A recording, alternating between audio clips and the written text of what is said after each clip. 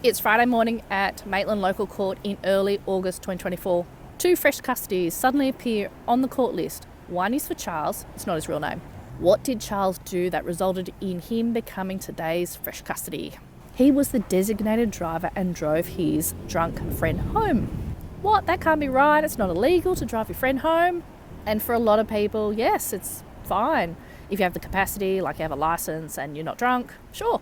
However, for Charles, it's an actual offence because he is breaching bail.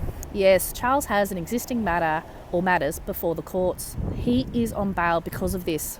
Bail can come with conditions. This can range from simple conditions to very strict conditions. Charles has quite strict conditions already. He has the curfew condition. You'll find conditions escalate, and the curfew or house arrest condition, in my opinion, is the top end of strictness. Charles is probably early 30s. Two correctional officers bring him from out the back into the courtroom and lead him into the dock. He is cuffed and wearing a hoodie and shorts, and of course his laces have been taken out of his shoes. The gallery is pretty empty. It's mostly a hearing day at Maitland on this day. So there's a couple of cops and a witness sitting in the gallery waiting for their case, and then there's me. Sometimes friends and family of the defendant might be in the gallery to see the defendant and listen to the case.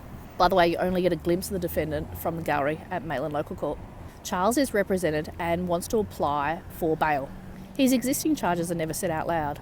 We only hear about his recent offending, that is leaving his house when he was under curfew.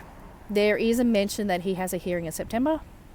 The court is told while Charles has a history with court, this is the first time he's actually been in custody, which has come as a bit of a shock to Charles. So if there was one thing I could say about Charles's case is that a person who reoffends shouldn't assume they will continually be granted bail.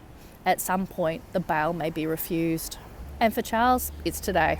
Will he be granted bail, or will he get his own green tracksuit? The court does grant bail in the end. The enforcement condition is now in place to attempt to strengthen the bail conditions. This means the police can show up at his house and check if he's there. I'm not sure what other conditions the court has left to strengthen the bail even more. The bail conditions are about reducing the risk to the community, reducing witnesses being interfered with, and reduce reoffending. By the way, I couldn't find out any information about Charles's case in the public domain.